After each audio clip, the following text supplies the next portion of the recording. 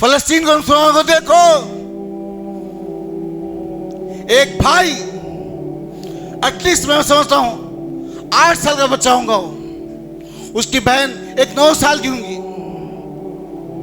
भाई दम तोड़ रहा है, रफीक आला से मिलने वाला है, बहन करी भाई को खुल ला इलाहा इल्लल्लाह, अल्लाह अकबर, खुल ला इलाहा इल्लल्लाह। ये क्या ईमान है? बहन करी मेरे भाई कलमा पढ़ो, अल्लाह अकबर, खुल ला इलाहा इल्लल्लाह, खुल ला इलाहा इल्लल्लाह, अल्लाह अकबर। लाश को ऐसा मलबे से निकाला बाप अपनी औलाद की। बाप है ना तो सोचो अपनी औलाद का दर्द क्या है।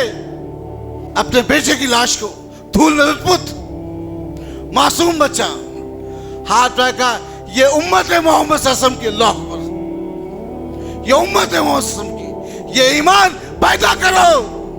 आज उनको देख के लोग ईमान ला रहे, उनको देख के मैं और आप तमाशा बीन बच्चे, हम दुआ तक नहीं कर सकते उनको, हम दुआ में याद नहीं सकते।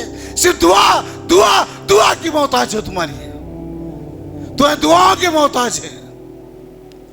मेरे जी दो साथियों,